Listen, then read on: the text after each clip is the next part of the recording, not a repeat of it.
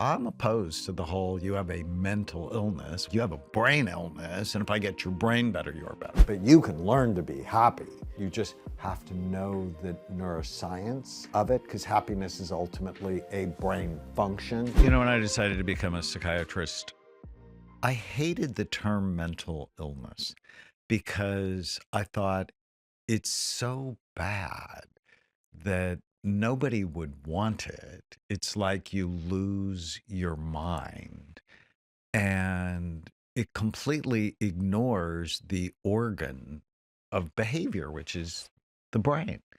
And when I started looking at the brain, I'm like, oh, these aren't mental, they're brain. And when you get your brain right, your mind follows. Mm. And then I had this great case early on when I started imaging. He called himself the anger broker of the Sacramento Valley. And I saw him after he got out of a psychiatric hospital for a suicide attempt. His wife left him because he was abusive and he was mean to me, he was mean to my staff. And I just started scanning people. And I told him on my third visit, I'm like, you need to go get scanned and you have to pay for it because I'm not going to treat you unless I understand what's going on, because I need to get you better quickly because you're mean. And I don't like people being mean to my staff. It's like these people are my family. And he went and he had damage to the left side of his brain. And I'm like, did you ever have a brain injury? And he said, no. And I learned quickly, are you sure? And so I asked him 10 times, and riding a bicycle down the Rocky Mountains, he crashed and broke his helmet on the left side. And I'm like, oh. And I put him on a combination of medicines targeted to his brain. And within 3 months, he's the nicest person. I mean, he brings flowers to my staff. He's bringing candy before I knew that was really a weapon of mass destruction. But get your brain right and you're kinder. You're more loving, you're more thoughtful. So his wife had no idea. She just thought he was dealing with a jerk when he was brain damaged. And when I got his brain better, he was more loving, more thoughtful. And so I'm opposed to the whole you have a mental illness. What the hell does that mean? It's like you have a brain illness, and if I get your brain better, you're better. Your brain is the most oxygen hungry organ in the body. It's 2% of your body's weight for most people, but it uses 20 to 30% of the calories you consume, of the blood flow, of the oxygen. And any deprivation state can give you learning problems, can give you ADHD, can give you emotional problems. And people aren't thinking about it because they don't look. They look at your behavior. So I'm also a child psychiatrist. And during my training, no one ever talked to us about the brain. That's insane. It's insane, totally insane. And so I just want to plant that seed for people, for parents, for other family members, for yourself, that, and adult ADHD is a big growing thing today as well. And your behavior doesn't necessarily mean that there's something wrong with you as a person, because we look at it as a character defect versus there might be something wrong with your brain. And if you could talk about, how do you get in there and take a peek with the SPECT imaging? What does that tell us? So when I was in the Army, so I was in the Army twice, once as an enlisted soldier and then as an officer. I ended up being the chief psychiatrist at Fort Irwin. It's in the middle of the Mojave Desert. And there I learned biofeedback, which is I can use instruments to measure your body and then teach you how to change them. Like I can teach you how to warm your hands or relax your muscles or breathe with your diaphragm, all very helpful. But I learned about quantitative EEG, where I could look at the electrical activity in your brain. And then once I knew your signature, I could change it. So I got really excited about imaging around 1987, 1988. But in 1991, I went to a lecture on brain SPECT imaging. SPECT looks at blood flow and activity. It looks at how your brain works, and it gives you these beautiful 3D images of brain function.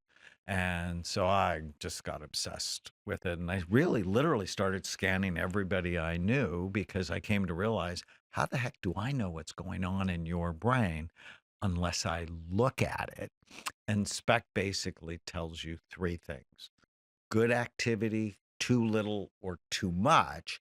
And then my job becomes balancing your brain, because if it's working too hard, you want to calm it down. If it works too hard, you can be anxious, you can be irritable, you can be rigid and inflexible. And if things don't go your way, you get upset. Or if it's not working hard enough, you have brain fog, you're impulsive, you don't make good decisions, you can't focus. And so I'm always working to balance someone's brain. But I want the image. I mean, I'm treating this one woman and I just adore her. And her brain was a disaster when I met her because she grew up around a toxic chemical plant. And yes, she had emotional trauma. And yes, there was psychological work to do. But imagine it like hardware and software. If the hardware doesn't work right in a computer, you can't program it. And so she had been going to therapy forever, but it wasn't taking because she didn't have the hardware, the brain function to take care of it. So using things like hyperbaric oxygen and supplements, and really working on getting the organ healthy, then gave her the opportunity that psychotherapy would have a lasting positive impact for her. So I'm never opposed to psychotherapy. I'm not opposed to psychiatric drugs.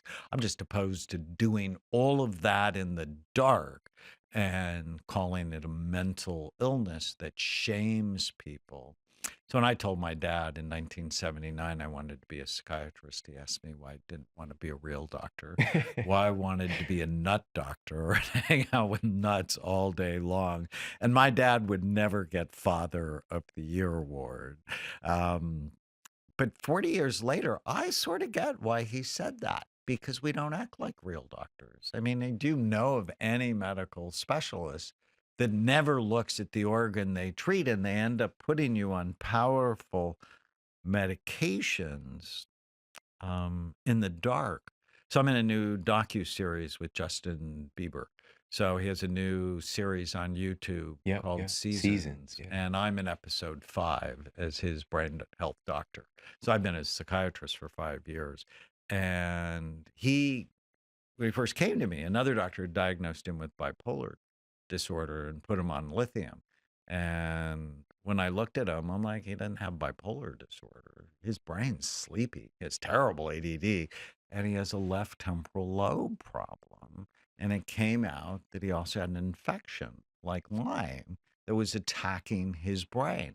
And so if you don't really see the big picture, easy, especially for someone like Justin, to call him bad, to call him spoiled, and you do that with rock stars. But he's not bad. He was damaged. And through the program, he's just better than he's ever been. You know, true story. I was watching Seasons last night for the first time, and I didn't know that there was this connection. And you can see also the change in his demeanor, in his communication, in his behavior. And we just attributed to, oh, he's just maturing, but he was actually getting his brain healthy. That's Oh no, amazing. the darkness that that poor boy went through. And And often the issues we have, they're not ours. They're our parents or our grandparents. He Mother was a single mother when she got pregnant with him, and she went to live at the Salvation Army because the grandparents were pretty unhappy with her. Um, and she was a child when she had him, and she was in a conflicted relationship with the dad. So he's basically born in stress hormones. And then he played hockey. There were concussions. There's early drug use. I mean, from a brain health perspective, it's a disaster. And fame wears out. the pleasure centers in the Oh, yeah. brain, Yeah. which puts people at risk for substance abuse and high risk behaviors. So, yes, it's taken a while to get him back, but it's possible. I mean, how exciting is that? That you're not stuck with the brain you have. And I have 5 of his scans, and you could just see them progressively get better. You're getting close to 200,000 scans. What incredible. I mean, it's by far the biggest database, but it's really, again, shifting the conversation. You're in a position where you can shift the conversation and say mental illness and the stigma attached to that, psychiatric disorders, the stigma attached to that, it's brain health. That's what we need to move the conversation to. That's what we need to talk about. And one of the things that you highlight in the book are personality types. Like, what is your brain's personality type? Can you talk a little bit about that? Well, one of the first things I learned is everybody's brain's different. Mhm. And my first book on types was on ADD. It's like ADD is not one thing, it's 7 things. Stop calling it one thing, because stimulants help 2 of the 7 types and they make 5 of the 7 types worse. And then I wrote a book called Change Your Brain, Change Your Body, which was a big bestseller. And I'm like, obesity is not one thing. They're impulsive overeaters, compulsive overeaters, sad overeaters, anxious overeaters. Know their brain type, and you can help them get their bodies right. And then I realized, well, all of us have our own type. And in the book, I talk about there's the balanced brain type, the spontaneous brain types, my ADD group, my persistent brain types, my OCD group, the cautious, was me when I was growing up, or the anxious group, or the sensitive type, the sad group. And there are really 16 different types. Knowing your type can lead you to the right strategies to optimize your life. And know if you're spontaneous, but your boss is persistent, there's certain things to balance out. Or what's common is the husband's spontaneous and the wife is persistent, and it causes no end of trouble at home. Yeah. Oh my gosh. And we don't even know it's happening though. That's the crazy part. Nobody thinks about their Yeah. brain. Why? Because you can't see it. You can see the wrinkles in your skin or the fat around your belly, and you can do something when you're unhappy with it. But because nobody looks at their brain, it's just not part of the conversation. And it needs to be, because your brain runs everything. It controls how you think, how you feel, how you act, how you get along in your marriage, what kind of father you are, what kind of business person you are. And if you don't take care of it, you begin to make poor decisions, because your brain is the organ of every decision you make. And so, and you know this, if you don't sleep right, well, your brain doesn't work right. And then your decisions the next day, including how you talk to your spouse, are not as good as they could be, which then has a snowball effect of negativity. You've put together this protocol, the Bright Minds, and are targeting these specific things that you know are proven to work. Again, tens of thousands of patients, hundreds of thousands of scans almost. I think you're getting close to 200,000. And this, for me, was really eye-opening because it's so simple, but I think we overlook so many pieces of this. So I want to go through some of these, and this is an acronym, Bright Minds. And the first one, the B, is blood flow.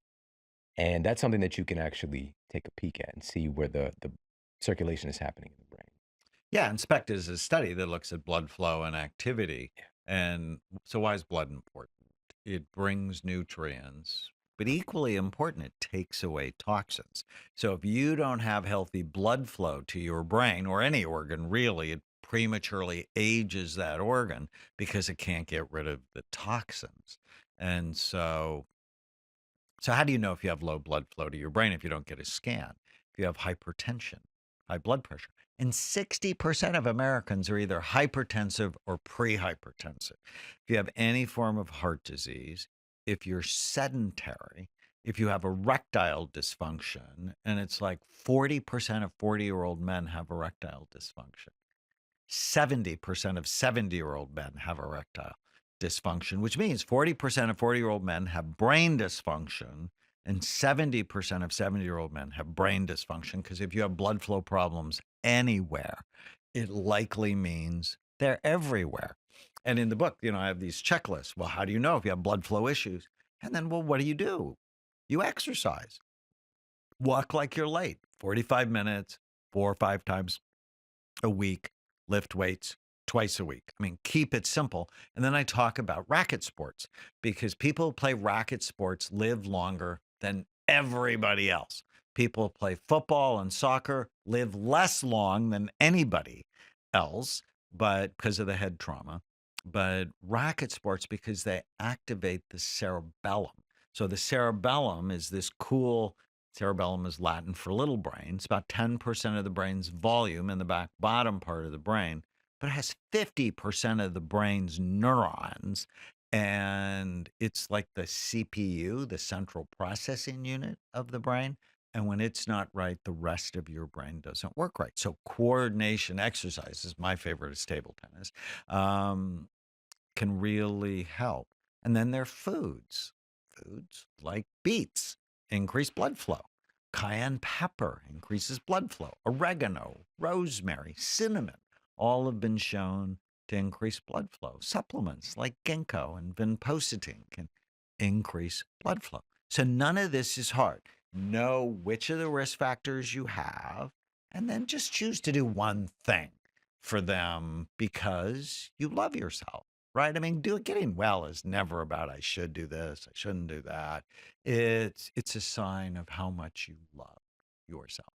And I love that. I love that so much.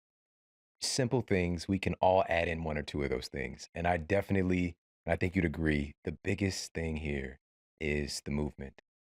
Like our brain, our genes expect us to walk, and I get into this conversation. We can do some amazing things with the human body. We could do all these different flips and we could, squat hundreds of pounds. But what are we really designed to do? We're designed to walk. And walking elicits so many benefits. And one of those is like helping to normalize blood pressure, blood sugar, because that's another one of these that we talk about here. So with Bright Minds, we've got blood flow, retirement, aging, which I want to talk about in a second, but inflammation is the next one, the I. So we'll come back to the R, but let's talk a little bit about inflammation. Because again, that's one of those things, it seems to be invisible, but we do have some markers we can look at. And inflammation can just terrorize our brains. It's a major cause of dementia and depression. Autism has also been associated with ADHD and PTSD. Inflammation is a disaster. It comes from the Latin word to set a fire. When you have chronic inflammation, it's like you have a low level fire in your body destroying your organs.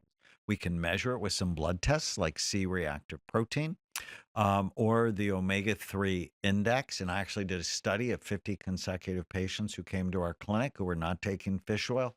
49 of them had suboptimal levels of omega-3 fatty acids. A study from the CDC came out and said 97% of Americans were low in omega-3 fatty acids, which you get from fish. Now you can get plant sources, but the plant sources like nuts and seeds and avocados, they don't have EPA and DHA, which are the two omega-3s that really work in your brain. And so I'm a huge fan of sustainable fish, but also high quality fish oil because it can help put out the fire of inflammation. If your gut's not right, you'll likely have inflammation because you end up with this thing called leaky gut, where things get inside your body that your gut should have protected you from, and that can cause inflammation. You also know if you have inflammation, if you have rosacea, so if you have this redness around your face, or if you have joint pain. And curcumins which come from the spice turmeric, help decrease inflammation. So omega-3 fatty acids help, curcumins help. Another major cause of inflammation is gum disease. When you have periodontal disease, um, it makes it more likely you have systemic inflammation, heart disease, and brain disease. So before I read the research, I didn't really care that much about my teeth. Now I'm a flossing fool because if my gums aren't right, my heart's not right, my brain's not right. So taking care of inflammation. So how do you know if you have it? C-reactive protein, omega-3 index. Do you have joint pain or rosacea? What can I do? I can take omega-3 fatty acids. I can floss. I can take probiotics to help my gut heal and be healthy. Yeah, Simple, not hard. yeah, yeah. I definitely want to talk about retirement aging. This is a big one, and I didn't think about this one until I read it in the book. So let's talk about that one. So why is this included in the Bright Mind strategy? We all need to pay attention to this. Well, I hate this. I published a study last year on 62,000 scans. It's the largest imaging study ever on how the brain ages. And it's just bad news. I mean, as we age, our brain gets less and less active, but it doesn't have to. And what we discovered is when you stop learning, your brain starts dying. And so now think about kids who have ADHD or learning problems. They don't like school. And the reason they don't like school is because they're not good at it. And so they're like, no, I don't want to do that anymore. So lifelong learning doesn't become part of who they are, which then increases their risk of dementia. Um, as we age, we need to be more serious about our health, not less serious. And one of the things I discovered is the scans can actually tell 20 years before you have Alzheimer's disease if you're headed for the dark place. So Lisa Gibbons is a friend of mine. She's a radio television personality. I was on her show a long time. Was it Entertainment Tonight? She was on there She was too. on Entertainment Tonight, and then she had her own show. And her mother and grandmother died with Alzheimer's disease. And I start going, you need to come see me. And I love her. I would just love her as a friend. And she's like, no, no. And then about 12 years ago, she went through a divorce and got depressed, and she came to see me. And her brain was terrible. And I'm like, your brain is headed to where your grandmother and mother's brains went. I said, but it doesn't have to. And she did everything I asked her to. And last year we did a program together and we rescanned her, and it's so much better. So, would you want a better brain 10 years from now?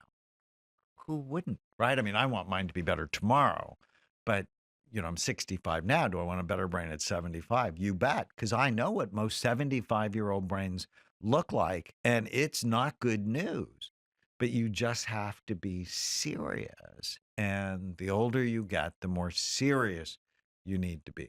So we talked about a couple of the pieces of Bright Mind. We talked about blood flow, retirement aging, inflammation. We're not going to go through all of these. You got to pick up the book to go through all of these. But you mentioned, of course, we briefly touched on this earlier. Trauma, head trauma, can be a big causative agent here.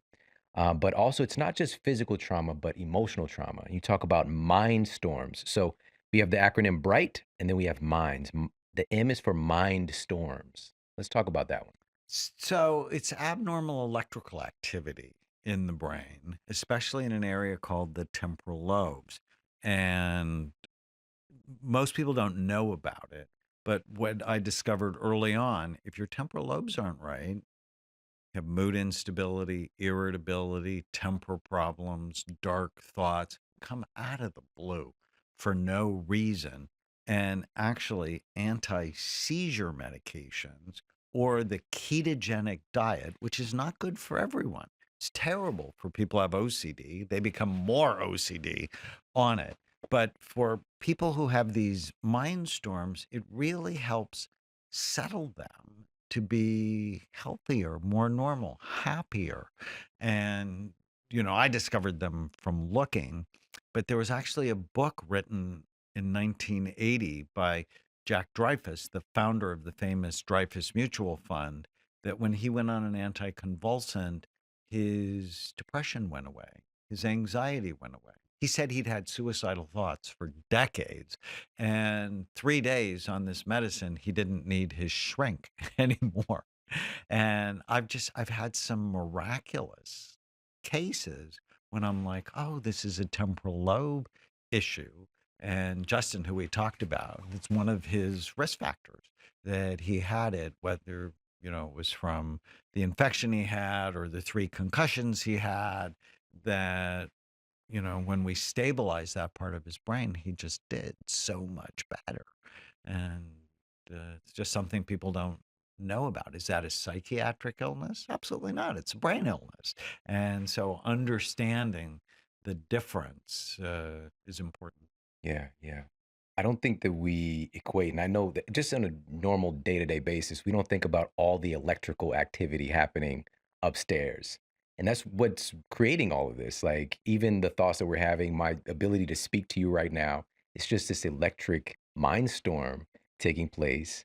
But we can also have like severe storms if we're in a state of stress, if we're in a state of you know, even a lower activity because we're not being stimulated. And so, what I want to ask you about is we've touched on this, but I really want to get more of a definitive answer. When we're subjected to being in a stressful environment or growing up in a traumatic environment, how can that actually damage our brain? But changes your brain.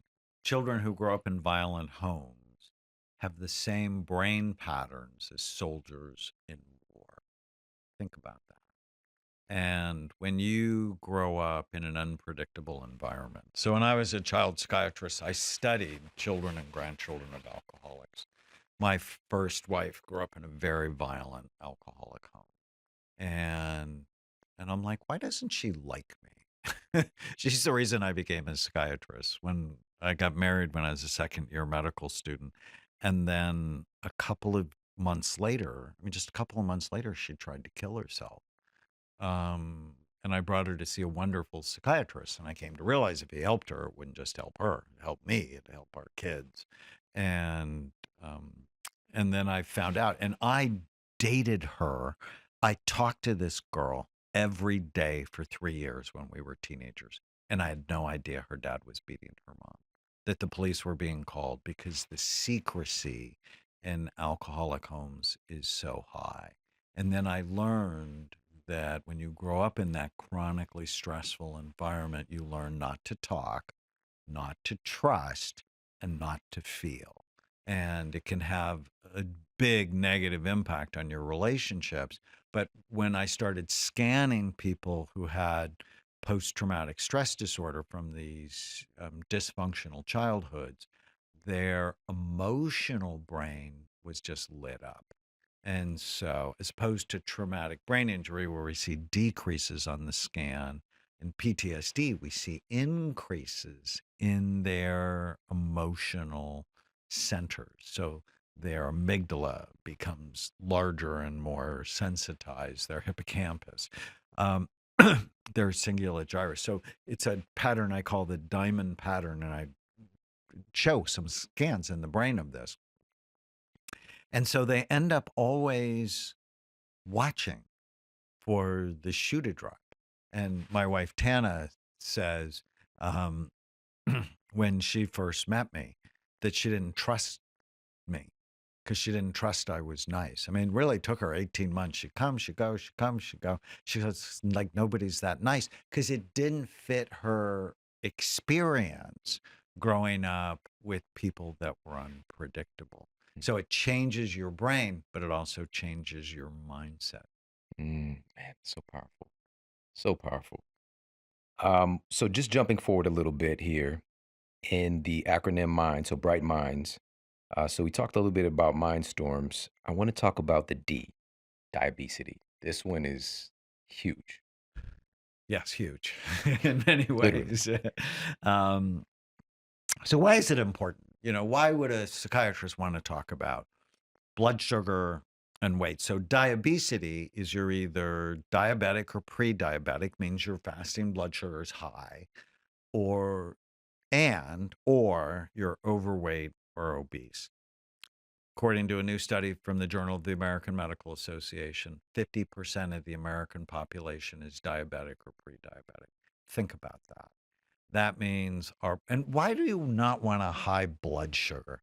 Because as blood sugar levels go up, it actually begins to erode your blood vessels, making them more brittle and likely to break, which impairs healing. And anybody who's loved someone who died with diabetes, you just know the disaster that it causes. My father-in-law got it when he was 55, and he told me he was going to kill himself if he had to take insulin. Well, I ended up at 60 having to take insulin. He didn't kill himself, but the diabetes killed him. He ended up losing his legs, losing his eyesight, losing his heart, and then losing his mind. You need healthy blood sugar and healthy blood flow. And it's just rampant because of our diets. But what people also don't know, we didn't talk much about the toxins. Our toxic load is damaging not only our brain, but also our pancreas that produces insulin to help us. And so putting toxic products on your body, eating foods with pesticides, breathing toxic air, drinking toxic water, and we know that the water in this country is toxic in many, many areas, not just Flint, although Flint was a bad example of it. So if we have diabetes escalating at epidemic rates, well, what's happened to obesity? Since 1982, obesity in children was 4%. Now it's 32%. It's gone up 800%. And when we were growing up, we just don't remember it. But now, 72% of American adults are overweight. 40% of us are obese. And I published 2 studies that showed as your weight goes up, the actual physical size and function of your brain goes down. And just over the weekend, looking at 20,000 patients, I mapped each area of the brain by, are you underweight, normal weight, overweight, obese, morbidly obese? And there's a linear correlation between weight and blood flow to every region of the brain. Every region of the brain. As your weight went up, the blood flow and activity of your brain went down. And that should just scare us to begin to do the right thing. And the right thing is not Nutrisystems or Jenny Craig and all of that, because a lot of that is fake food. It's to really focus on loving food that loves you back. And people go, but I love donuts. But there's not one healthy thing about donuts. They hurt you. Loving donuts is being in an abusive relationship. And I don't know if we ever talked about the Daniel Plan, this program I did with Mark Hyman and Pastor Rick Warren, where we got Saddleback Church healthy, one of the largest churches in the world. The first week, 15,000 people signed up. The first year, they lost £250,000. But we then wrote a best-selling book, and thousands of churches did that. But right after we started the Daniel Plan, one of the pastor's wives came to my office, and she said, I heard you talk. And I told my husband that night, I'd rather get Alzheimer's disease than give up sugar. Well, I'm like, did well. you date the bad boys in high school? Because that's like a bad relationship, to be in love with something that damages you. I mean, it's abuse, but we don't think about it. And in The End of Mental Illness, I love this writing device I put in the book, where I wrote, if I was an evil ruler and I wanted to increase the incidence of mental illness in America, what would I do? And there's 62 evil ruler strategies. But one of them is I'd serve donuts at church. Go to church to get your soul fed. These people are trying to kill you. Oh my goodness. And I literally remember growing up and then having donuts at church.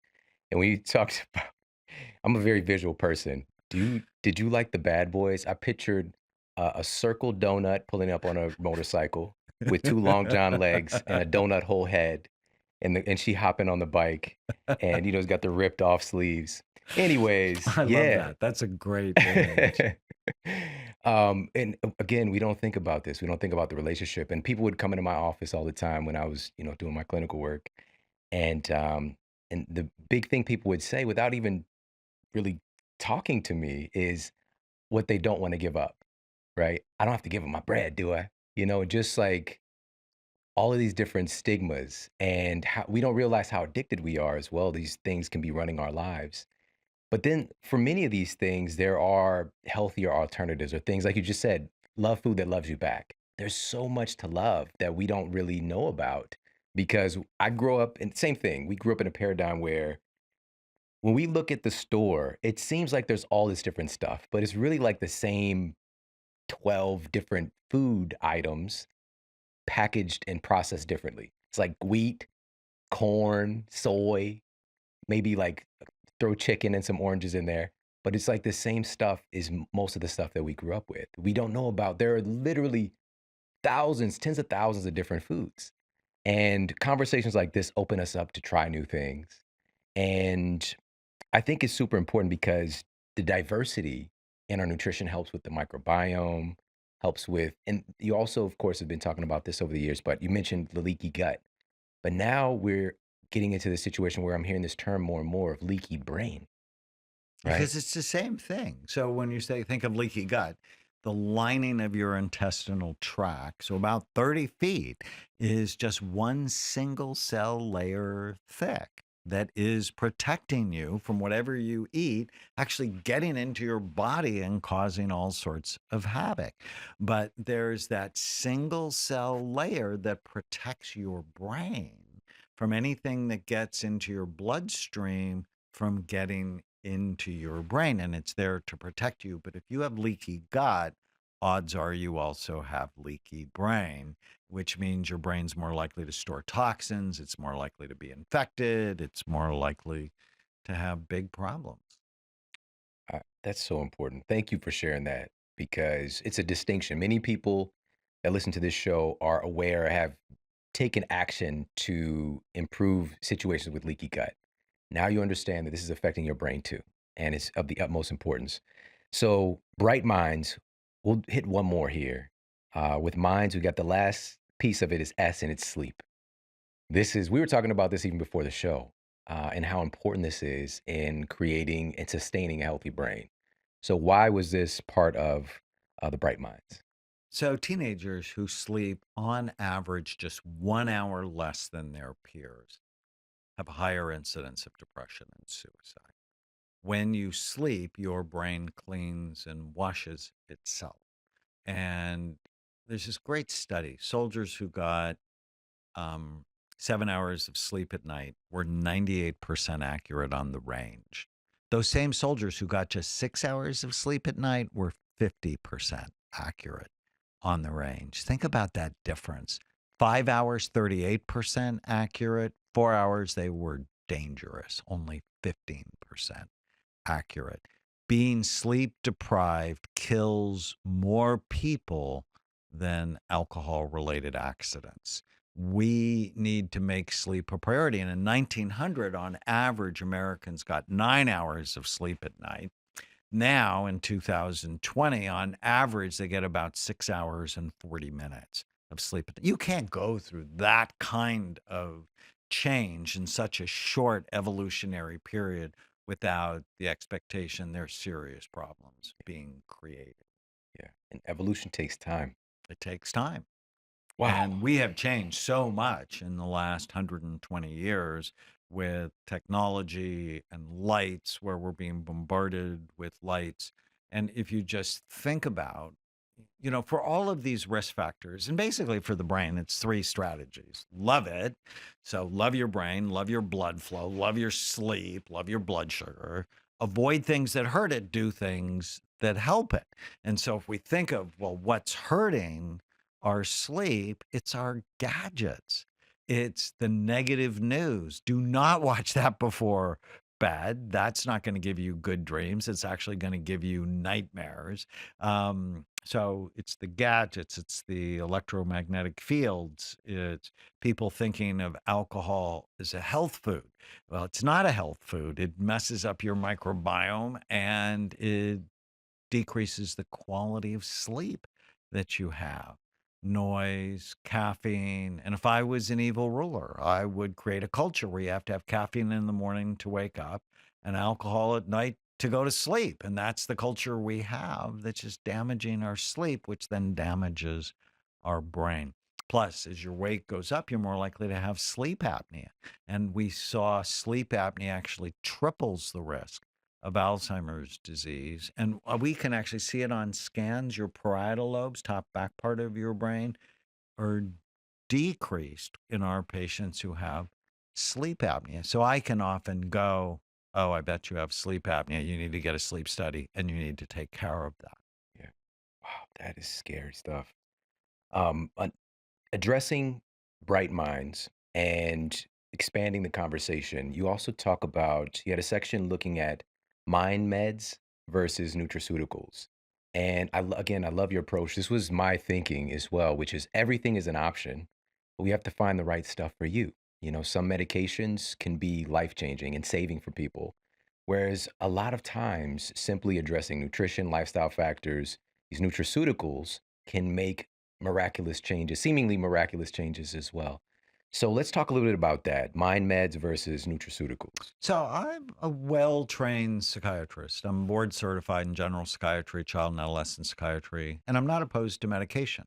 I'm completely opposed to how it's prescribed in the United States now.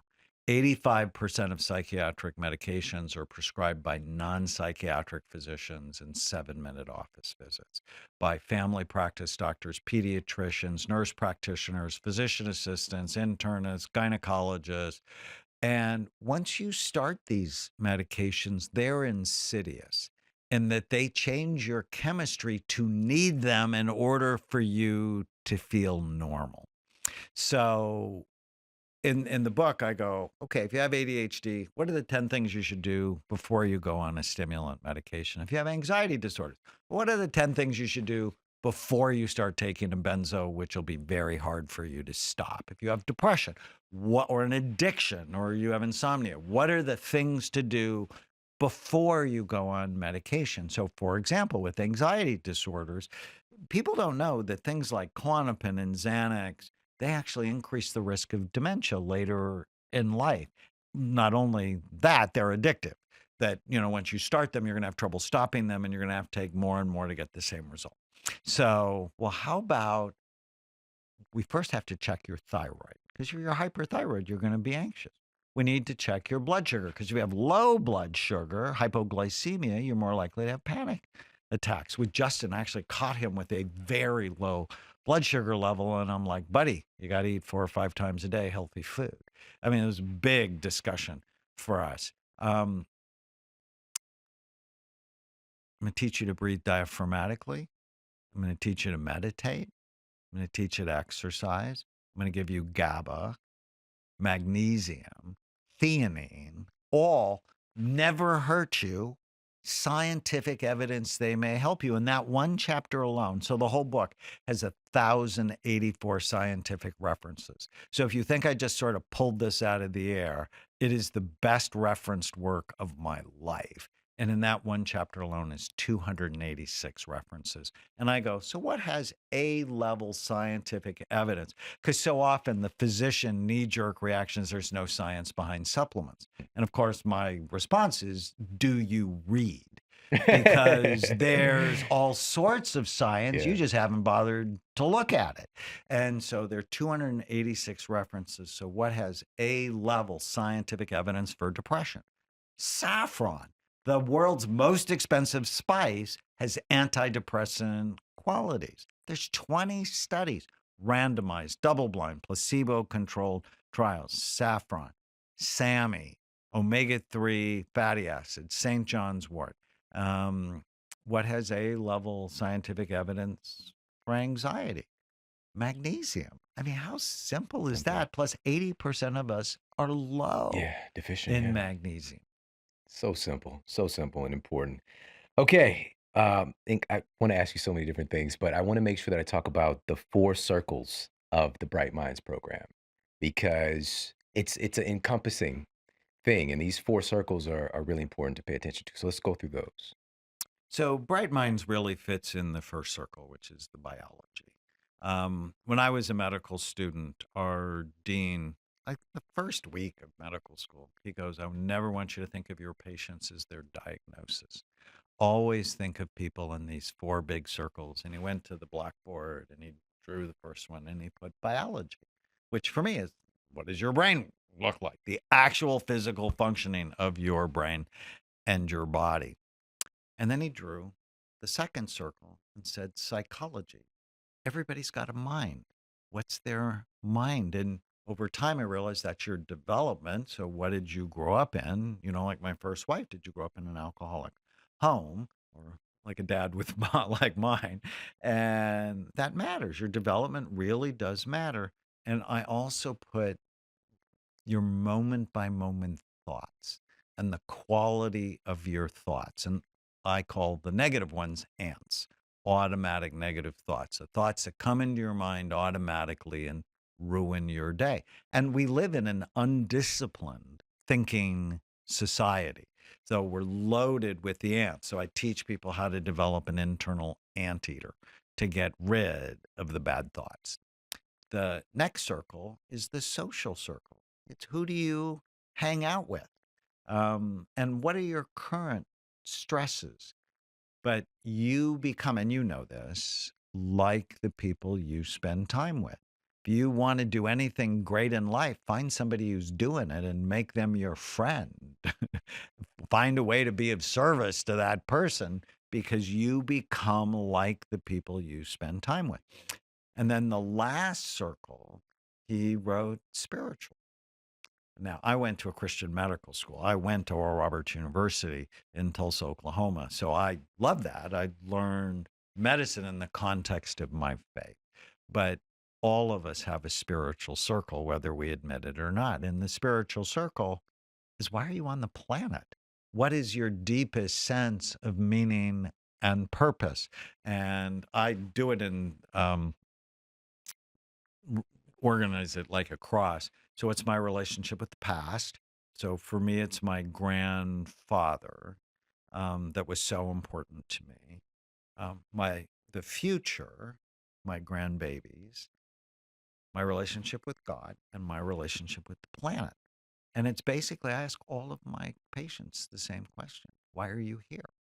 And what does your life mean? Because if you're purposeful, you live longer. Your brain is sharper. You recover from things like depression faster. But so many people these days, they're really living for themselves and not, they don't have any idea where they fit in the context of this world. So I was invited to the White House to talk about mental illness in America, the opiate epidemic.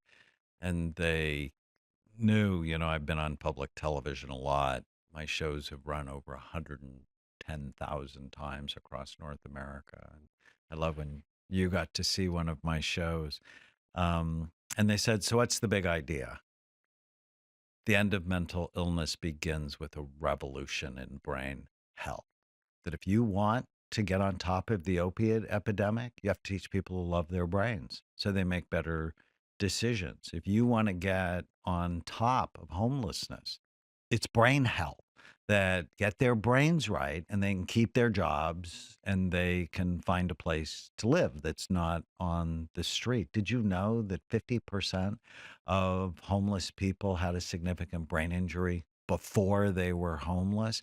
It's, if we're going to solve these epidemic challenges of incarceration at levels that are just insane, and addiction, it starts by falling in love and optimizing the physical functioning of the brain. The end of mental illness begins with a revolution in brain health. So before the pandemic, we were at epidemic levels of anxiety, depression, ADHD, addictions, the opioid epidemic, for example. Depression was at 8.5% of the population. And then the pandemic hit. And by August of 2020, it was at 28. of the population. It had more than tripled. So not since the Great Depression has there been this level of unhappiness. And as I saw that, I'm like, but you can learn to be happy.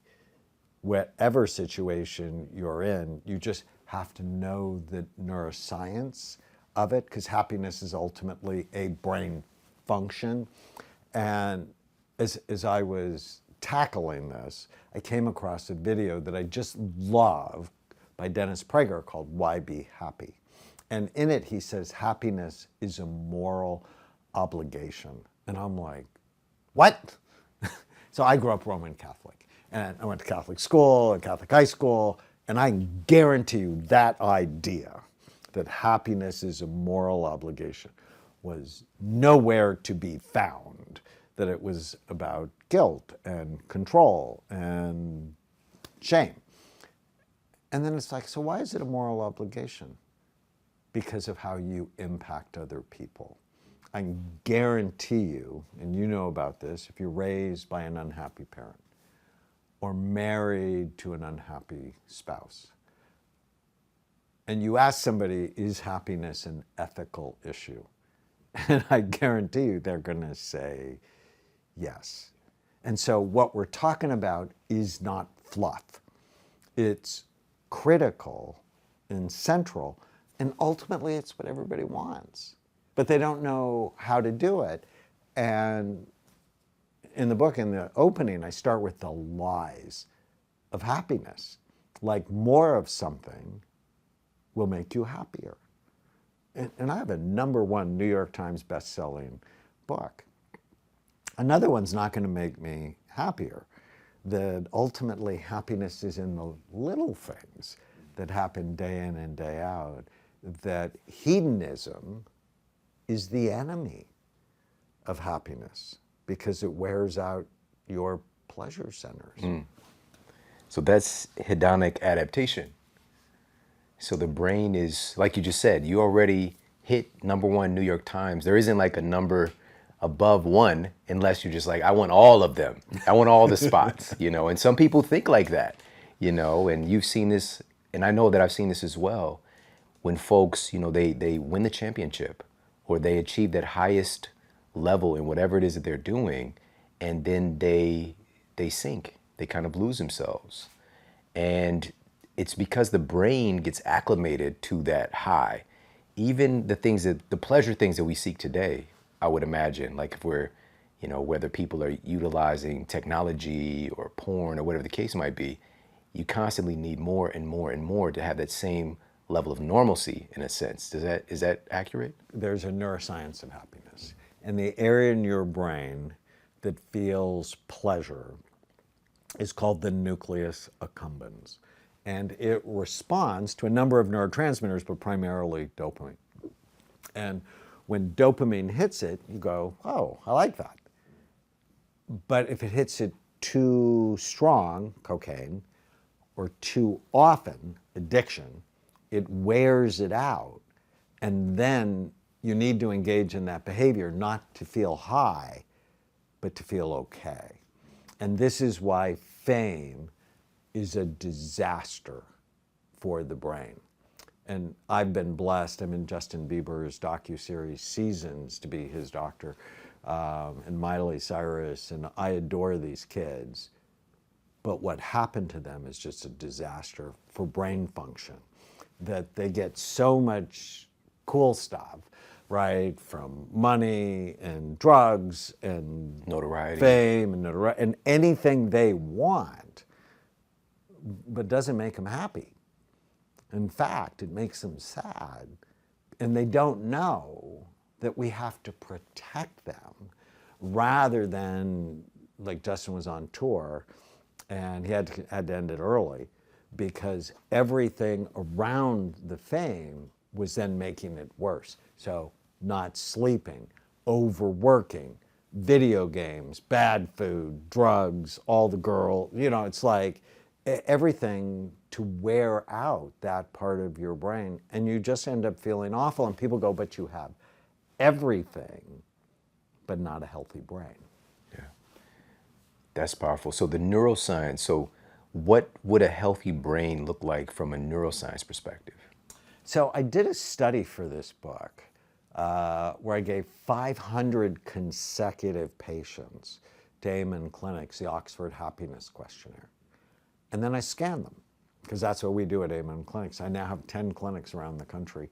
And we looked at people who had high happiness scores versus low happiness scores. And you had better frontal lobe function if you were in the high happiness group. And you had low frontal lobe function in the low happiness group, which means don't let children hit soccer balls with their foreheads. That's a really bad idea. Marijuana is not a health food because it drops blood flow to the brain. Alcohol is not a health food because it drops blood flow. And if you have low blood flow to your front part of your brain, you end up making impulsive decisions that damage your relationship, less happiness. Oh man. So these exposures, so the prefrontal cortex is going to be more correlated with happiness. Is that what I'm hearing? Good activity Good in activity. the prefrontal cortex is associated with happiness, and low activity is associated with depression.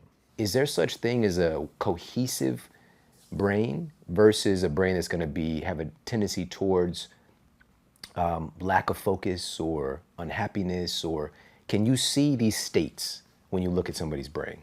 Well, you can clearly see the state of the brain. You can clearly see how healthy or not it is. So when I first started doing imaging, I scanned everybody I knew. And I scanned my mom when she was 60. She had a stunningly beautiful brain, full, even, symmetrical. And it reflected her life. She has 7 children, 54 grandchildren and great-grandchildren. She knows everybody's birthday. She's everybody's best friend. She knows about their lives. I mean, she's 90 now. I mean, it's just stunning. And then I scanned myself, and it wasn't healthy because I played football like you. I played football in high school, and I had a lot of bad habits. I was overweight. I was eating a lot of fast food. I wasn't sleeping. And here I am, a double board certified psychiatrist. This is 1991. I'm board certified in general psychiatry, child and adolescent psychiatry. I don't care about my own brain at all because I'd never seen it. And when I looked at it, I became horrified, and I developed a concept I call brain envy. Freud was wrong. Penis envy is not the cause of anybody's problem. Not seen it once. What you really, I wanted her brain. I had brain envy. And we have a foundation, Change Your Brain, Change Your Life Foundation, and it makes t-shirts. And on the back it says Freud was wrong, and the front says it's the brain.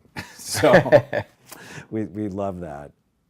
And when you see it, and then you correlate happiness to brain function, it's you want a better brain. Yeah. And if you want to be happy, the foundational secret, because there's a lot of books on happiness, but none of them talk about the foundational secret to happiness is your brain. With a healthy brain, you're much more likely to be happy. You start the book right off with this and talking about these lies of happiness and just that part in and of itself, because that's where I saw also the hedonic adaptation. But I think this is important because even though we want to be happy as an individual, I don't think we often think about what that means for us. And it's individual. That's one of the things that jumped out at me immediately, because my brain, what the ingredients for happiness is different for me than what it's going to be for you or anyone else. So let's talk a little bit about that everybody's brain is going to be looking for the same ingredients for happiness, because for us, it's going to be unique. So the book is based on these 7 neuroscience secrets of happiness that very few people talk about or know. And like brain health is foundational. And each of these secrets has a question. So every day I want you to just ask yourself what you're doing. It's good for my brain or bad for it? It's good for my brain or bad for it? If you can answer that with information and love, love of yourself, love of your kids, love of your wife, you just start making better decisions. The next one is, well, happiness is different for everybody based on how their brain works. There's the balanced brain type. Mostly anything will make them happy. There's the spontaneous brain type. They need novelty. They need excitement. They need stimulation. They like jumping out of airplanes. They like helicopter skiing. They like scary movies because it gives them a dopamine rush. Take a cautious brain type, they hate the idea of jumping out of an airplane. That'll just make them miserable. They don't like scary movies. I don't like scary movies. You know, I went and saw Amityville Horror, and it like gave me nightmares for weeks. I'm like, no, life is, you just watch the news. That's horrible Right. enough. There's the persistent brain type.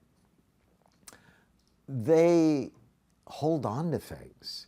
They loop on things. They love ritual. So, for example, even choosing your religion, which I find this really interesting. The spontaneous type is not going to choose becoming Catholic or Lutheran because it's boring for them. I mean, it's like the same thing over and over again. They're going to like go to a Pentecostal church or to a non-denominational church with great music and great sermons, keeps their attention. But if you're the persistent brain type, you become Catholic or you become, you know, something that has ritual where you just know what to expect. The spontaneous person loves surprises. The persistent person hates surprises because they like it when things go as they expect. And when things don't go as they expect, they often can have tantrums. And then there's the sensitive type. And the pandemic was the worst for that group because they need connection. They're deeply empathic, and the isolation just drove drinking and drug abuse and depression for that type. And then the cautious type. And you can always tell what their brain type is by how early they are for their appointments. The person that's balanced, they're on time. The person who's spontaneous is 5 or 10 minutes late. The persistent person is on time. The cautious person is 10 minutes early. This is so fascinating. And then to get a peek at people's brain to affirm these things, it's just really remarkable. So I got a question just specifically about the persistence type. Would there be more activity in a certain part of the brain that you would see? Where would that be? In the anterior cingulate gyrus, so in the front, deep in the frontal lobes, is a brain's gear shifter. It allows you to go from thought to thought, move from idea to idea. Be flexible, go with the flow. But when it works too hard in my studies, they tend to be argumentative, oppositional, and if things don't go their way, they get upset. And so I had this one guy, I tell the story in the book, who was head of the Alzheimer's Association here in Orange County, where I live. And he wanted to learn more about my work. And so he came and got scanned. And as I sat down with him, I said, tell me about yourself. And he said, no, I don't want to say anything about myself. I want you to tell me about myself from my scan. And I'm like, no, that's not how it works. We always take your scan and put it in the context of your life. And he's like, no. So right away, I knew he was the persistent brain type. But when you saw his scan, his frontal lobes worked way too hard. And so in front of his wife, I go, you're persistent. You're like a dog with a bone. And when you say you're going to do something, you do it, and you're like on time. And he's like, yes, yes, yes. And you're worried, and you're rigid, and if things don't go your way, you get upset. And you tend to be argumentative and oppositional, and you hold grudges. And his wife went, yes, yes, yes, yes, yes. Wow. This is like... Which is why, when I met Tana, you know Tana, my wife, I really liked her. Like, she's beautiful and she's smart, and 3 weeks later, I'm like, you haven't seen the clinic. Don't you want to see the clinic? Because I needed to scan her, because I'm not going to fall in love with her unless I knew what her brain looked like. Got to see that brain. This is smart. What if that was a prerequisite? You know, when you go to get your marriage license, you get a brain scan, so you know what's actually happening behind the curtain. Because oftentimes in relationships, you meet somebody's representative. You don't really meet them. I like that. I like how you phrase that. You Yeah. meet someone's representative. You know, and this is the thing too, you know, whether even with a job interview, you know, you're meeting a representative of the person and not necessarily who they really are. And humans were very creative at making a facade or an appearance of something. Social media highlights that perfectly, you know, but what if we can actually get more educated, not just for learning about the other person, but learning about ourselves. And this is why I was so grateful for the experience today, because for me, it's not that I'm necessarily trying to fix something, which a lot of people are. They want to fix different things that they're struggling with. I want to be as good as I possibly can be, you know, and we lie to ourselves even with that and how good we're doing. So this leads to another lie, which we're outsourcing our emotions to people who are profiting from us. And one of those is like fast food restaurants, for example. You know, it hit me like a ton of bricks reading the book. It's called a Happy Meal. It's literally called a Happy Meal. I mean, damn, if that's not marketing, like powerful marketing, that I definitely fell into. Because for me, I had a birthday. I shared with you when we were doing the brain scan that I lived with my grandmother. It was one of the happiest times of my life. That was my first time having a Happy Meal, by the way. There was a McDonald's. There was only one fast food restaurant that was close to us. It was a McDonald's, and they had a playground inside. I had a birthday party there. I'll never forget that. It was like, of course, you got the ball pit where, you know, without a doubt, you know, you're going to lose a kid or somebody's going to throw up or whatever in there. But just thinking about the characters of McDonald's, they've got the Happy Meal, but the rest of them are really dark. I don't know if you ever thought about this. Ronald McDonald, first of all, Dr. Amen, it's a clown. I don't know. No disrespect to clowns, but I'm pretty sure most people are a little freaked out by clowns. And then you've got Grimace. His name literally denotes pain. He's this big, overweight, purple guy. We don't even know what he is. And then you got the Hamburglar. He's a convicted criminal. You know, like all these sketchy characters. But they're telling you, like, this is the way to happiness. You know, it's a smile, you know, and this Happy Meal. So is it true? Is it a Happy Meal, or should we be calling it something else? It's a lie. It's a sad meal because of the low quality food that increases inflammation and vulnerability to depression. And Coca-Cola is the same way. You know, their slogan is open happiness.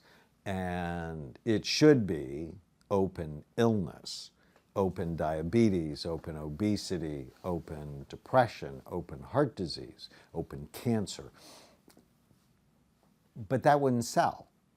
And without real thought behind what you put in your body, you are making other people rich based on your early death. And that's not happiness. And secret number 4 is love food that loves you back. And too often people go, but I love sugar. I did this big program with Pastor Rick Warren at Saddleback Church called the Daniel Plan. And after I gave a lecture there, one of the pastor's wives came into my office, and I was drinking tea, just like I'm drinking now. And she said, would you put the tea down? And I thought, that's really weird. But you know, I'm generally a cooperative person. And she said, I didn't want you to spit it at me. I'm like, okay, I've never spit tea at anybody. She said, after your lecture, I told my husband I'd rather get Alzheimer's disease than give up sugar. And I'm like, Wow, did you date the bad boys in high school? Because you're in an abusive relationship. You love something that hurts you. And too many people, they're attached to alcohol, they're attached to pizza, they're attached to ice cream, but it hurts them. And, I was in a marriage for 20 years that was awful. It was just awful. It's why I became a psychiatrist. And I'm not doing it anymore. I am not doing bad. I'm married to my best friend. We're respectful to each other, affectionate. And I'm damn sure not doing it with food. That I can control what I put in my body, and I only want it to love me, not hurt me. Why do we allow McDonald's to do it to us then? Because we don't know. We are blind. In my book, The End of Mental Illness, I have a writing device that if I was an evil ruler and I wanted to create mental illness, what would I do? I'd create American society with fast food restaurants everywhere, with food deserts, with this notion that alcohol is a health food, or marijuana is innocuous, or the news is in fact the news, because the news is not the news. The news is a marketing device for advertisers to make money, and they scare you, where millions of amazing things happened yesterday, but you never hear about them because they don't get eyeballs. Fear is a primitive response. The brain pays attention to fear first, and so they scare you. And in that way, they can sell you the medications that have this laundry list of side effects. Yeah, it's such a twisted system. I was just talking about this recently, but the United States and New Zealand are the only high-income nations that allow television marketing, or just period, direct-to-consumer marketing of drugs. It's a very abnormal thing, and coincidentally, of course, we're the most drugged nation in the history of the world, really. And I want to ask you about this too, because you mentioned things were already trending upward at a shocking rate.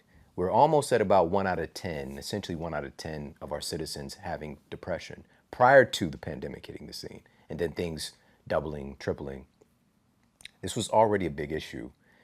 And the ingredients here, because I think this is so important, because I sent you this study. Let's talk about this. I sent you this study yesterday, and it was a big study done by the CDC, and they were looking at what the biggest risk factors for death from COVID was. It was over 800 US hospitals, over 540,000 COVID-19 patients. And they found that obesity was the #1 risk factor for death from COVID, which we knew already.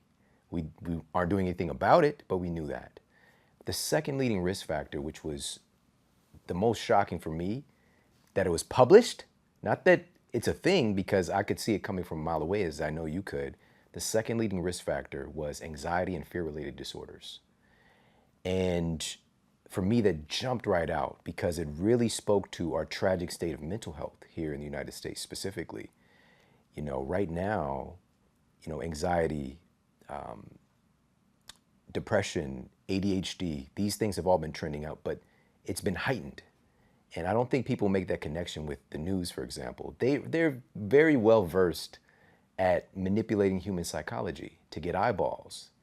And it's not necessarily, the first thing I want to ask you about is why are we tuned into them? I think it's this concept of we need to be informed. Right. But there's a difference between being informed and being inundated, or being informed and being controlled or manipulated. There's many ways to be informed, but when you start to feel that they're speaking right to a primitive part of our brain, isn't that right? Can you talk a little bit about that? I call it global amygdala hijacking. So the amygdala is this almond-shaped structure in your brain that responds to fear. And especially with the pandemic, and I think a lot of it we were manipulated purposefully so that we would act like sheep. And in my book, The Brain Warrior's Way, I basically ask the question, are you a sheep, or are you a sheepdog, or are you a wolf? And the wolves were out for the pandemic, frightening us, isolating us, separating us from each other. We're a connected species. We have to be connected in order to feel okay, in order to feel happy. And they separated us and then stressed us.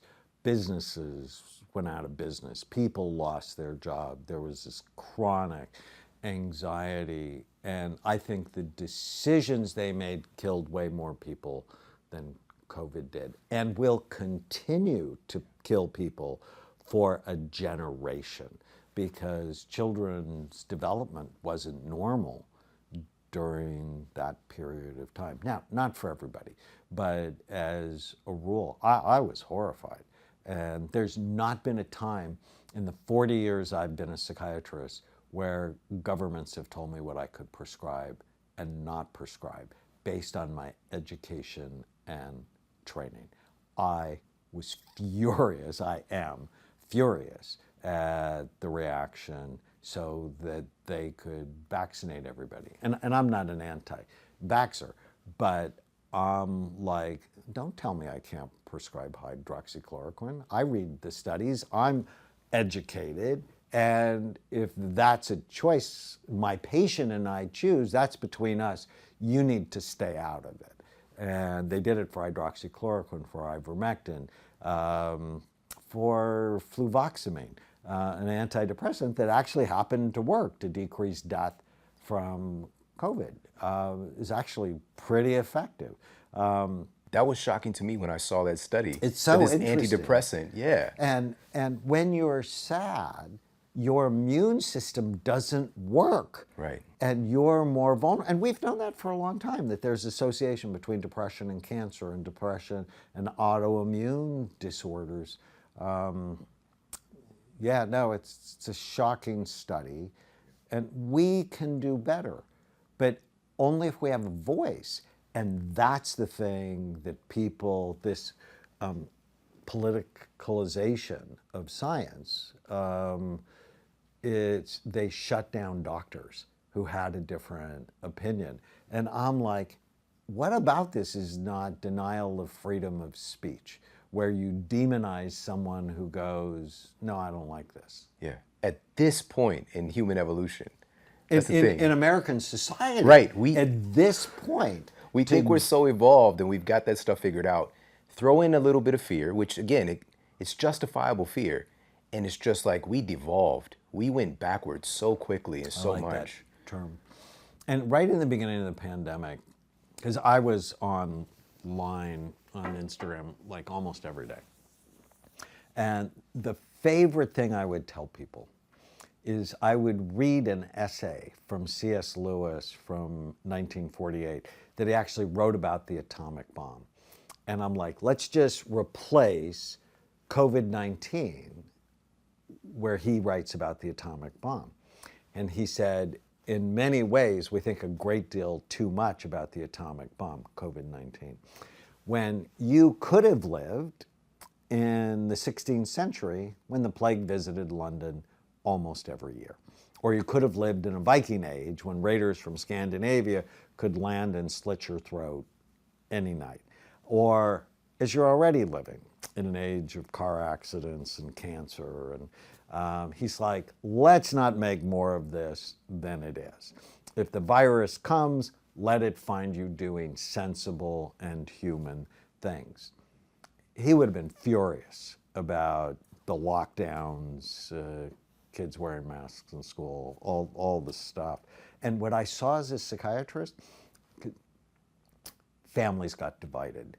And that was the worst thing for mental health. They wouldn't see each other at holidays. They would belittle each other. If you didn't believe the way I believe, either side, they would cut you off.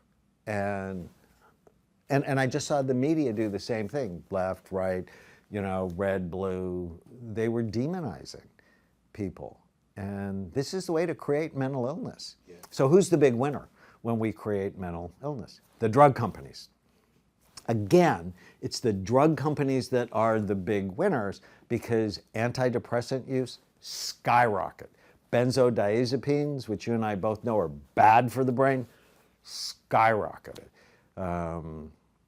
It's insanity. Yeah.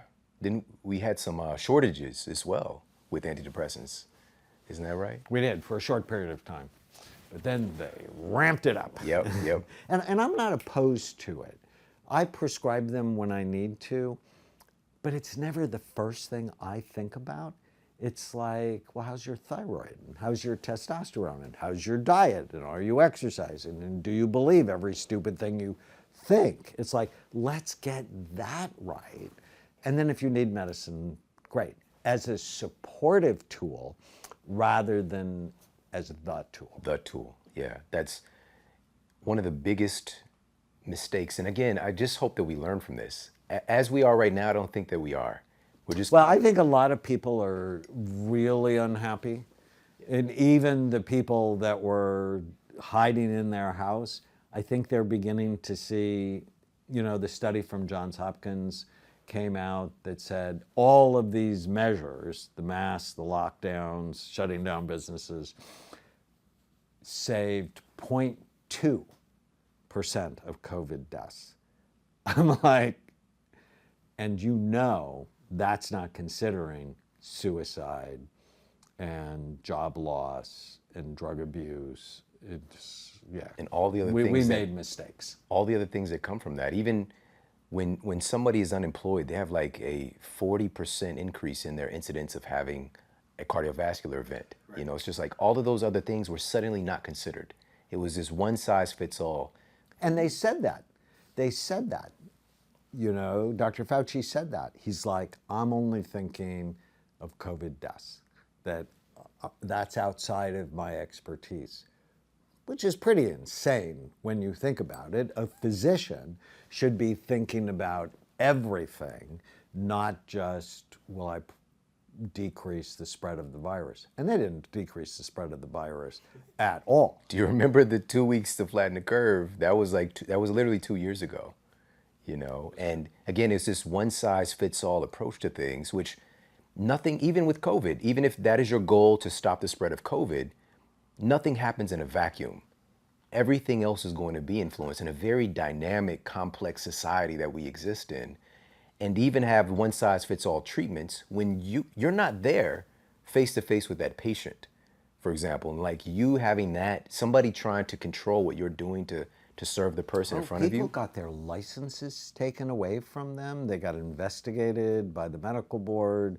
They scared us. There were even editorials like on WebMD that if you do this, these bad things are going to happen. And oh, by the way, you deserve it.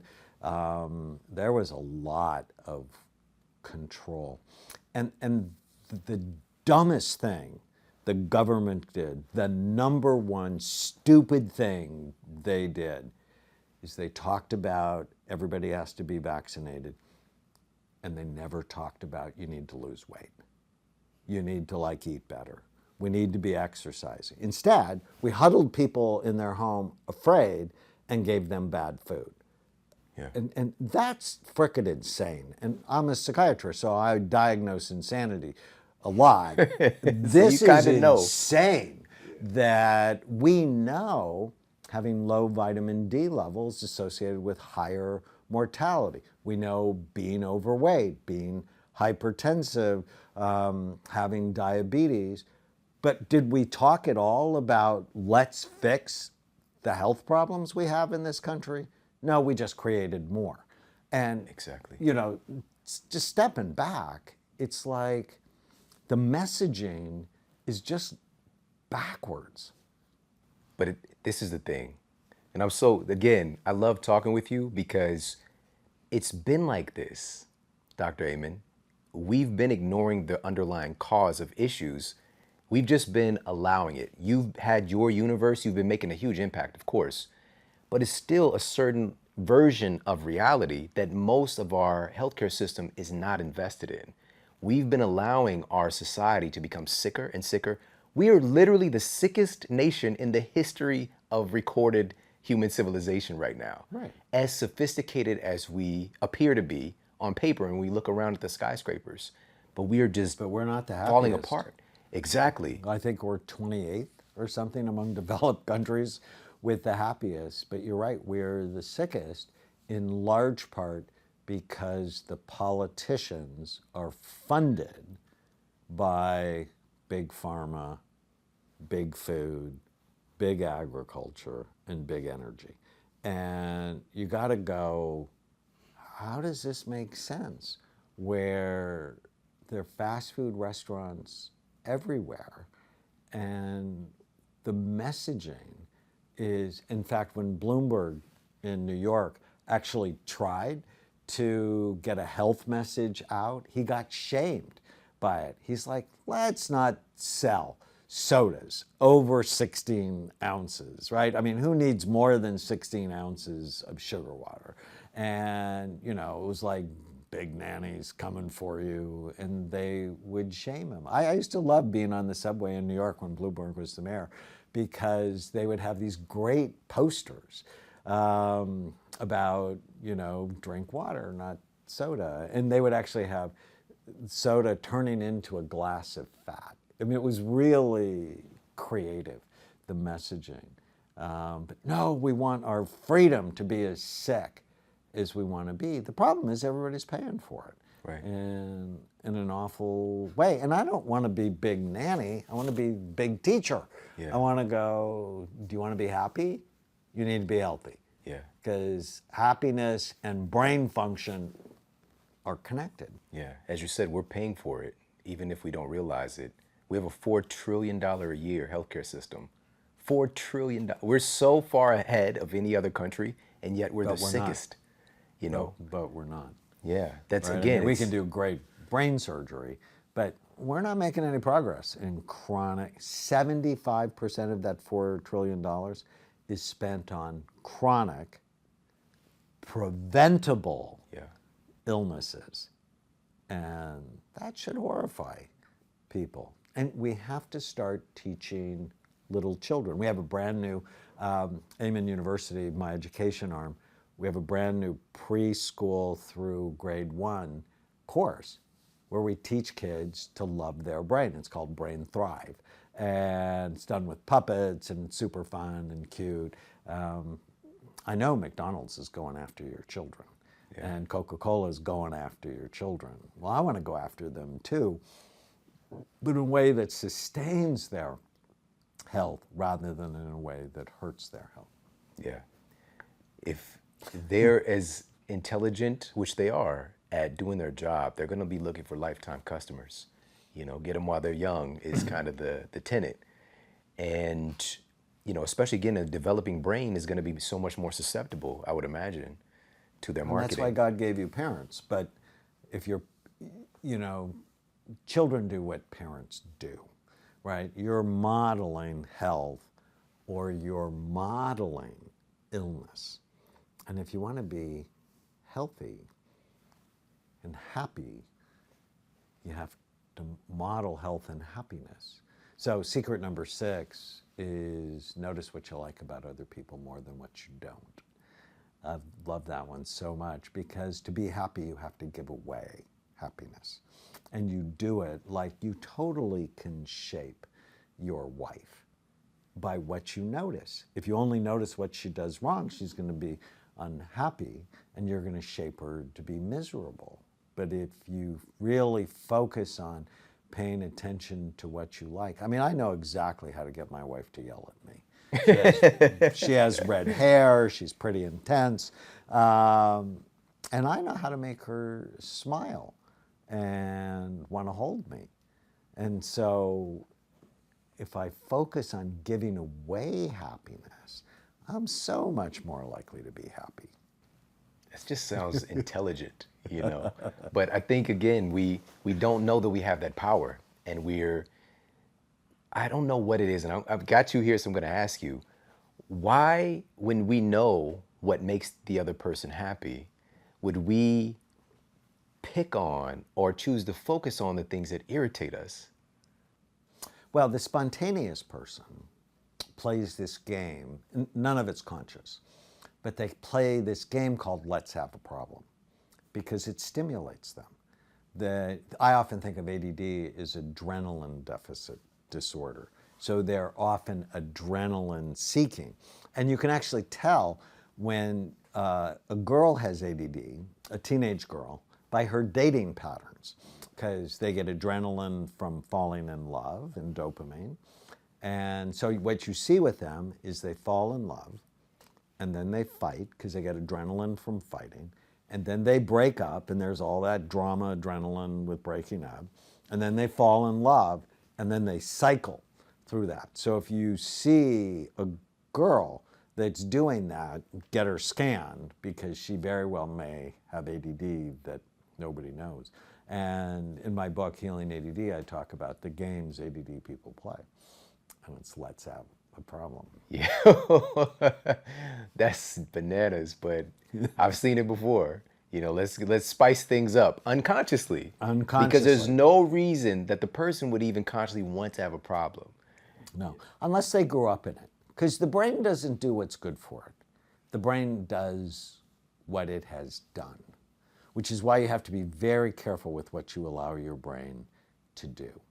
Because once you allow it to do it and it gets dopamine, it's going to go seek it again, even if it's bad for you. Yeah. Another one of these lies you kind of dissect is focus on technology today, and I didn't even know that there was a thing as well. Of course, I know that people can be addicted to gaming, but now it's like a classified disorder, because it could so dominate and take control of somebody's life and their livelihood. But again, we seem so evolved because we've got technology. We've got all these incredible tools that we can use. We can create these entirely different universes. But most of it right now has confiscated a significant percentage of our focus, I would say. And you put one little statistic that a nice chunk of teenagers, they spend more time on social media than they do even sleeping. Right. That's insane. And these devices were created to be addictive. I mean, there's actually a process that they go through. They hired neuroscientists. And many in Silicon Valley will take a dopamine detox because they know they created these things to hook your attention, just like slot machines in Vegas. And you have to be just very mindful and careful. There's a reason Vegas makes a lot of money, is they understand human psychology. So give someone free alcohol with a cute waitress, with a low-cut dress, and people are not going to be making the best poker decisions. And it's the same way with Instagram and Facebook and TikTok. And now, I have 1.2 million followers on TikTok. I figured out, what people are really interested in. But you have to be very careful because it's with a whole bunch of stuff you really don't want your children seeing. A couple of other lies. I really want to focus on these because I think that, again, we are wanting real sustainable happiness. And we have an idea of what that might look like. But I think we often go for short-term pleasures, not necessarily happiness. Is there a distinction with the two? Hedonism is the enemy of happiness because it wears out your pleasure centers. So I want you to do things that help you feel good now and later versus now but not later. And that's long-term happiness. And they're habits. So secret number 5 is master your mind and gain psychological distance from the noise in your head. There's nowhere in school they teach you to manage your mind. How insane is that? Like brain health and mental health should be like English. Remember when we were in school and we had to take English every year? It's like, well, what about brain health? It's more important. What about mental health? It's more important. And so I have all these little tiny habits. Have you ever interviewed BJ Fogg? I have not. I was at an event with him. You would before. love him. He's great. Well, I hired him for 6 months so that we come up with tiny habits for brain health. And every day I start the day with, today is going to be a great day. It's on the top of my to-do list. And that way I'm like, well, what am I looking forward to today rather than I have to get through this day. When I go to bed every night, I say a prayer and then I go, what went well today? And that's my favorite happiness strategy, because it's like a treasure hunt where I start at the beginning of the day and I just look for what went well. And the bad things will pop up and I'm like, it's not the point right now. What went well? And I even look for the micro moments of happiness. What's the smallest thing that happened today that made me happy? And I love that so much. And I remember, and I think you and I talked about this last time I was on, about 2 years ago, my dad died. And he died of COVID, and it was terrible. And it was an awful day. And when I went to bed that night, I went, what went well today? Because it's my habit, right? Your brain does what you've done. And, you know, initially I'm like, really, today? But it's my habit. And I thought about an interaction between the police officer and my mother. And it was so funny. And then I thought about all the texts I'd gotten from my friends and how loved I felt. And then I thought about holding my father's hand before they took him away. And it was so soft. And then I went to sleep.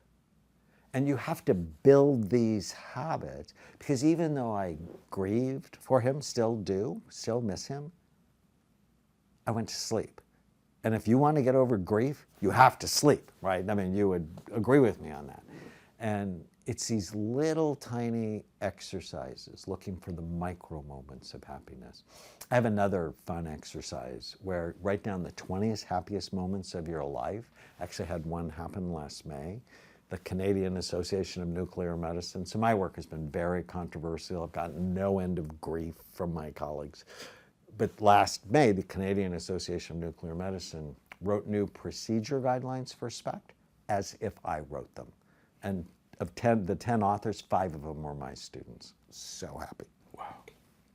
But I take those 20 happiest moments of mine and I plant them around my house. So I make an association in my mind, like my front door is my wedding day, and I'm carrying Tana over the threshold, and I almost drop her, but that's because the night before when we were practicing our wedding dance, I almost dropped her, but it was funny and nobody got a head injury. That, every time I walk through the door, plus that reminds me how much I love her. So I'm going to notice what I like more than what I don't like. And when I go into the living room now, it's where I got an award from Discover magazine. One of my research papers was listed as the top science story, neuroscience story for 2015. That's pretty cool. And then I put the Canadian paper there as well. So every time I see my living room, I see happiness. Whenever I go to the kitchen, my grandfather's at the stove. I'm named after him. He was my best friend when I was growing up. He was a candy maker. And we're making brain-healthy hot chocolate. So we used to make fudge together, but I'm like, no, I want you to live longer. It was sad when he died. And so wherever I go in my house, I find happiness. Wow, I love this so much. So just to wrap things up, we're talking about real sustainable strategies for happiness, which is coming at a premium right now. But I think that all that's taking place is a big opportunity for us to do some of the things that we should have done prior to the pandemic. And it's bringing those things right into a spotlight for us. What do you believe we should all right now, this is a one-size-fits-all question, by the way, but what do you feel for the majority of us, what should we be focused on right now to learn from what we've experienced as a society so that we're better moving forward? Well, the brain has memory for a reason, so that we can be better and we can know what's dangerous. That being controlled as a population is bad for us. That freedom of speech is foundational to a democratic society, to our democratic society. And whenever you see someone being shamed for their position, that's bullying. And that's not okay. That you have to stand up, even if they don't agree with you. Shutting down speech is wrong. And you saw that with the social media platforms.